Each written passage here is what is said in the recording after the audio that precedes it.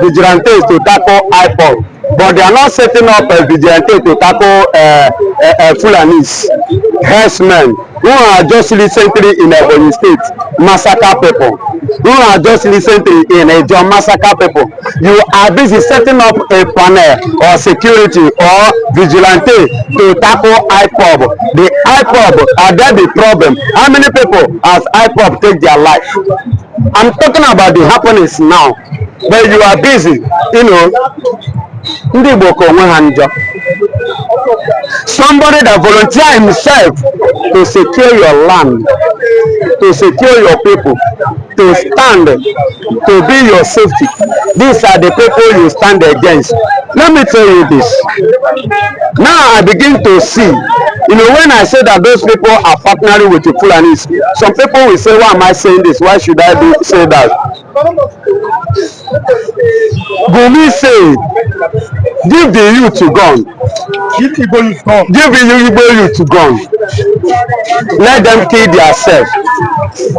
Are you not seeing that in playing now? They are now recruiting Igbo youth with how many days training? You carry gun, give them. I listened to one this thing on channel television yesterday. One retired army man who said that he will not encourage or allow his son to serve this country as a soldier. You know, he was among the people who witnessed, who fought to the war of Biafra. He said how many times that they were sent and many people were murdered that are Nigerian military, to the point that he himself sustained the serious injury and he was taken back. As I speak to you that today he worked with plastic. They supported because they have to amputate his leg and support it with what? Plastic. As I speak to you, even the some money that Nigerian government is supposed to pay them have not been paid, and many of them have died not receiving that money. You understand me? So these people now, you are recruiting vigilante who are there fighting to fight your brothers, to fight the people that you yourself is there to as well to protect. Are you not seeing them playing along with what Gumi said? So Gumi now is the chief boss, the one that tells the Southeast governors on what to do. Because as you can see now, after saying this, Sorudo now organized boys, call them Udogachi. I give them gun against who? IPOB. Then by the time them go face themselves, finish themselves, then the remaining one, Fulani will now come and round it up. Pastor, I want to ask you this question. The Southeastern governors, the Degati call them, the Angus and all of them. Here were they when Fulani S-men came to Ebonyi State. Here were they, your governors and the Degatis and the Angus. Ebubago and the Degati and the governors are working for Fulanis. They are partnering with the Fulanis. They are not there to protect the life and property of the innocent people, and that is why they are against those who stand to fight for the safety of the innocent Biafra.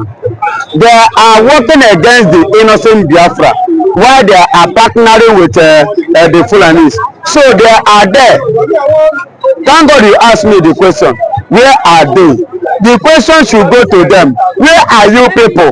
Why do you allow these people under your own watch to come and kill your brothers, even in their own states? Where are you people, and what is actually your job? Udogachi and Ebubago, what are your job? You, the organization or that group, what is the group organized or meant for? On what purpose was it organized? That is the question, and I believe that they should answer that question with the governors. I asked you this previous question. The leader of the Igbos, the government forum of the Igbos, Opus of them have not spoken anything about the killings in Ebonyi State. Even the president have not spoken about anything. What are your opinions about that? My opinions remain what I have said. I have not changed from my opinion. I still stand strongly based on what you have asked, President Bola Ahmed Tinubu cannot say anything regard to this because they are backing. He backed the Fulani herdsmen to carry out their acts. Those governors too are supporting because they take instructions from the what power from above. See, the Musa have not said anything regard to this. The only thing is that everything is in control. Yes, they are in control. Fulani is killing, so they are definitely in control. Ebubago are there as a decoration. They are not acting anything to defend the people. They are there for their own selfish interest and to support the Fulanis to carry out their evil the more. You understand? So, and the dog are cheap people. So, to round this thing up, those people are not to defend us, not to safeguard our property. I stand here to advise everyone in any means by the special grace of God you can use to defend yourself. Because you see these Fulanis, I'm still having the feeling that they will still come back again. Because they may come back because they had the federal might. The president have not said anything. Igbo whatsoever leader as you name him, I'm not said anything. So definitely they are the ones supporting and sponsoring it and backing it up. So find a means to defend yourself in case they come back. Let's talk about the current issue in Yoruba land, the Yoruba part of Nigeria. Fulanis have told Yoruba people in Lagos that they should not be afraid, that they will make sure that bandits will not come to Lagos. What are your opinions about that, Pastor? Glory be to God that Fulani have said that the Yoruba should not bother, that they will help them to secure their land. Do you know what it means? It is a statement of see finish. It means that Yoruba do not have security. And it means that Yorubas cannot even secure themselves. It means that Yoruba doesn't have what it takes to be self-determined or self-secured. And that is why a total stranger Fulani is telling you that, don't worry, allow our people to come. That we will protect you. We will do what? Protect you. How can you come to my place and tell me that you are coming to protect me? And the Yorubas is actually believing what they are saying. It will be a serious slap to Yorubas, Amateku, and the OPC, and the rest. A very big slap. This statement is a very big slap. And let me tell you this, by the time Yorubas give room to this, are you listening? By the time they give room to this, Yoruba people should accept it or they leave it. It means that Fulani has automatically take over Nigeria as they intend to do. And the lastly, they have started it in Ekiti. Sharia will be forcefully, placed upon Yorubas, and you cannot say, you can't say no. If you dare try it, example of what has happened in Iran, the way Iran is being controlled today, that is how every other part of Yorubas will be controlled under the siege of Fulanis. Are you not afraid? There's a lot of people say that I'm coming. This is our last question here this morning. It says, which people say they are I'm coming? I said me, no, I'm coming. I'll ask you the question. Okay. It says, if the Fulanis are able to overpower the Yoruba, the Igbo land is next in bringing that Sharia law, and it will start from Ebonyi State. Where there's a big mosque, is it in Africa local government? Are you not afraid that? Are you not afraid that the Sharia law may get to this outside of Nigeria? No, listen to me. Let me tell you this.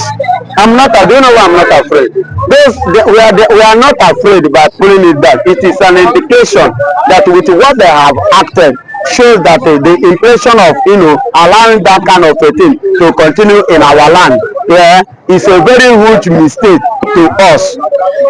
So we must not allow them to continue having a hideout in our place, in our midst, because before we believe to accommodation, giving them accommodation is the best, but now we are seeing it that they have another interior motive, so therefore there shall be no hideout for them. So no mosque again, no nothing for them again.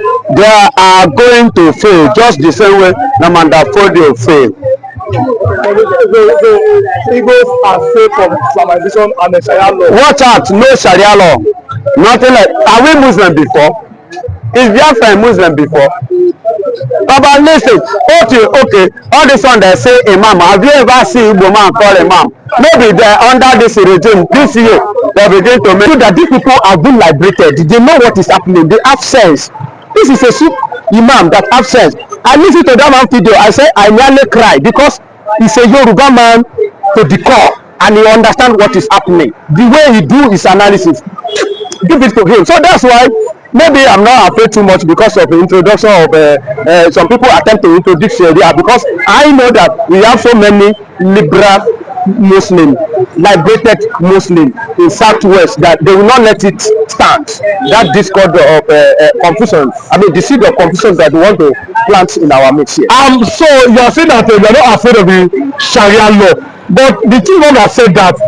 Don't you think that most of our Muslims are going to support him? But some other people like the Oluwo of Igbo and some other chief imams in the world have said Sharia law must come to pass in Yoruba land. You see, do you know their problem? They like noise. These people, they just like to make noise. I've listened to Mufti of Igbo. I've listened to Oluwo himself. You know that one has usually been committing rubbish from his mouth. I understand. I know him. But they are just empty noise. Mr. Rilwan, do you know what they want to do? These people that they call Sharia law, there's nothing like Sharia law. It's just a panel set up for arbitration. If they invite me to that place, if I decide not to go to that place, there is no legal law that binds me to go to that place. If I go there, they give me instruction. There is no legal law that binds me to follow that instruction. But unfortunately, because we know that they have tendency of violence, they have traces of dominatory something that they like to impose what they're supposed not to impose on other people that don't believe in their own. That's why people are afraid. What they want to do, if they want to do it genuinely, we should not fear. But because they are intolerant, they have religious intolerance sometimes. We have extremists among them, like those one we have at Igbo. Before small thing now, it is only Sharia panel arbitration they establish. So before you call that rubbish, they will like go and catch some area and say that it is Islamic, it is Sharia law that is reigning in this place. You cannot drink, you cannot do this, you cannot do that, and started imposing Islamic law on people that are not Muslim. They will be asking us that when during their Ramadan, people should not fry akara, they should not cook moment because of they believe in Sharia. So all this kind of a thing is subjecting us into confusion. But I know that even majority of some Muslims in the Southwest don't agree with it. I interview one Afa now. I just interview one Afa. He said categorically that Sharia law is very okay, but it cannot work in the Southwest. Simple. An Islamic scholar said that one to me. So I don't think we have problems about it. You are looking at the fact that Yoruba people always stay in peace with each other. I don't think that this Sharia law may have been sponsored by some people to destroy or cause chaos for Tinubu's administration. It won't work. That is their aim and agenda, but it won't work. We are Yorubas, Mr. Rilwan, for goodness sake. We are Yorubas. We are liberal. We understand that we have been living together for a very long time. They just want to create a chaos that they will not be able to control. I told you when some people started making that move in Igbo, when they said their daughter supposed to be wearing hijab, and I told you what followed. How some people came with the choir rope, and somebody even came with masquerade ego in school, and they asked him, he said, yes, it's my religion. So if it is a must that we must come to school and we should dress the way our religion so that we'll be able to showcase our religion. I'm a traditional worshiper, and they came to school with the masquerade. So that's what they want to subject us to, and it will not work. It may work in other places. In this place, it cannot work. They themselves, they know. They know that it cannot work. They don't want to create problem. So then what is the way out for the Yorubas on this particular issue? They are closing. Well, I say on Sharia? Yes. It's very, very simple. It's very, very simple. That we have said no to Sharia and let everybody put their hand where it's supposed to be. No Sharia law at this moment. If they were able to convince us enough that this is, I told you that I listened to one interview. Sharia arbitration panel has been set up in Lagos since 2000, maybe 2002. Do you know it exists? Nobody knows. It's only people that go to that place know that it exists because they apply wisdom and release. But Nigerian government, I said it before time, Nigerian government will not release Nnamdi. That is what I've been saying for over many months. Nigerian government will not release Nnamdi Kanu. How Nnamdi Kanu is going to be released is going to be a shock to the Nigerian government. And let me tell you, just as the Fario's heart was hard, if you don't know about Fario, is in the Bible. But Fario's heart was hard, his heart was hidden. For him to allow the Israelites to go to the promised land, he refused to allow them. That is exactly what the Nigerian government are. Their heart is hardened. But how Nnamdi Kanu will be released is going to be a shock to the Nigerian government.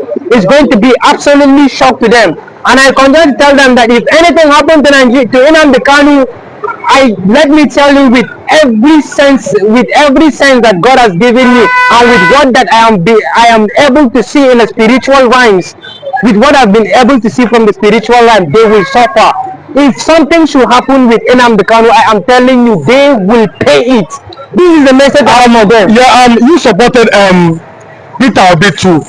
But remember criticizing that why do you not supporting the Igbos instead of the Fulanis? What are your opinions? See, I have to support people that are meant for good. I've been having this problem with many of my northerners, even with some Christians in my own state. I've been having this issue with them. And what I see is not what they see.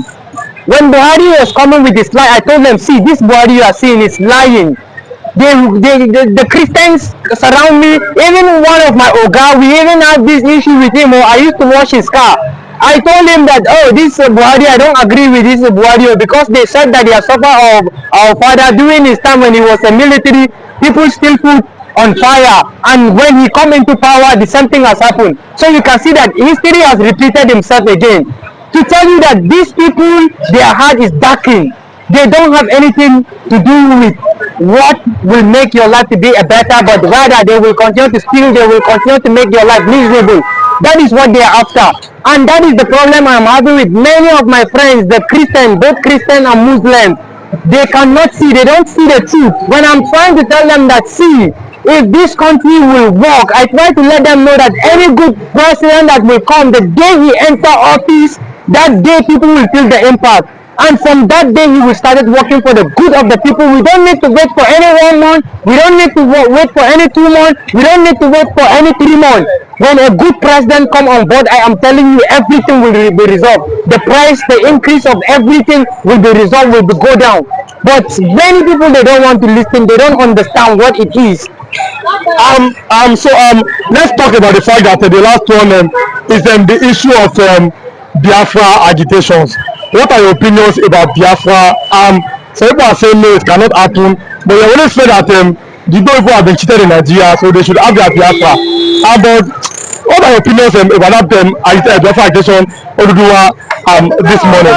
Thank you very much. You know, this Biafra of the thing is not today that I myself have been looking into it. I've been thinking of that Biafra right from the time, right from the time when I saw the Fulani killing our people. Right from that time, I was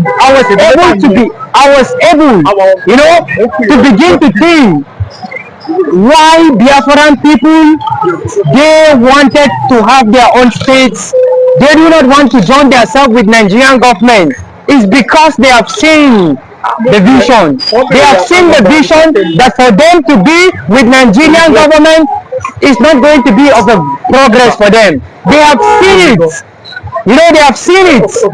That is why they don't want to be part of Nigeria, because they understand that there are some there are some players, and what they are playing is not going to be helpful for the people of Nigeria, and it's not going to be helpful for the people of Biafra.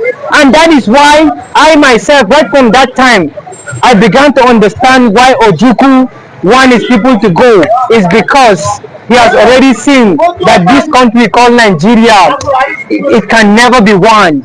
See, Nigeria, you don't believe in one Nigeria? see, with all my heart, with all that I have in me, I love Nigeria. I want Nigeria to be won, and I want Nigeria to progress. But is there any progress? There is no progress. Look at the biggest market. I told you they have bombed the biggest market. How are we won? The Hausas are not doing well because they are peaceful people. They are people that cannot just demise or disalive people, wasting of blood. No, the Hausa people are not like that. They do to the fact that the people are from Fulani extraction. I mean, the Fulanis are very, very aggressive, aggrieved, hostile tribe people from Futa-Jelo Highlands, Senegambia. They migrated into the north, actually disalive by the Hausa king they met, that actually accepted them. That Hausa king has accepted them in peace with harmony. They later buy him, disalive him, because they are land grabbers, because they are bloodletting people, because they are very, very ruthless and wicked. So that's why they prevailed on the peaceful Hausas, and today you have seen how far they have gone, at least to destroy the north. The Fulanis has actually been occupied the northeast, the northwest, and corner with such religion that allows all manners of inhumanities of man against man. By the way, you are saying that you are serving the biggest God, the tallest God, the strongest God, the all grace, all the most graceful, the most merciful, with moon and star. Yet you invite another God, you use fetish things, you use all manner of idolatrous materials outside their mosque, allowing an alpha to do all manner of incantation and enchantment. Does God order you to instruct you to incant or to enchant? Enchantment has to do with idolatrousness and witchcraft. So we Christians, we are different. We are the Igbos, and we follow the religion that our father Abraham, followed actually before introduction of Christianity in our midst. But we saw Alhaji Emeka come down to us in the likeness of man. That is what Christianity is all about. We saw Alhaji Emeka the other time. Alhaji Emeka, there was one. Is it Mohammed Obinna? Are you not afraid that through that Ebonyi axis, Islam is spread to other parts of the southeastern part of Nigeria? And they use that as a bait to travel to Mecca. That was during the time of the Hajj.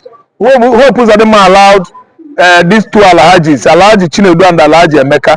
They gave them money. They traveled to Hajj, and in the central mosque of Medina there, we saw how they were beaten to superiority by those Arab Muslims because they look so different, and maybe they must have sent them information that such persons are coming, that actually they are not true Muslims.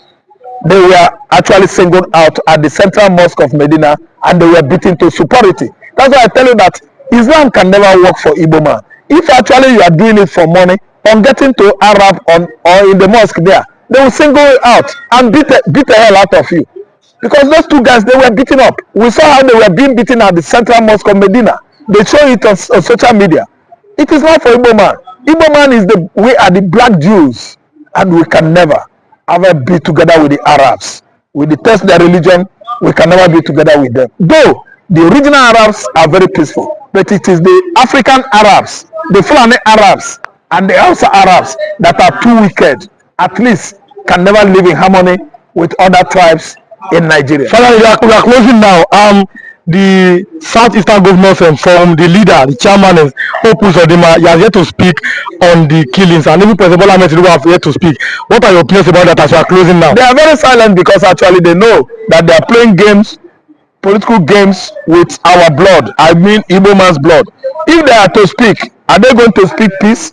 If they are to speak, are they going to speak in such a way that Fulani will stop encroaching on the farmlands across Southwest, on the farmlands across Mid-Belt, on the farmlands across Ebonyi State and the Igbo land in totality?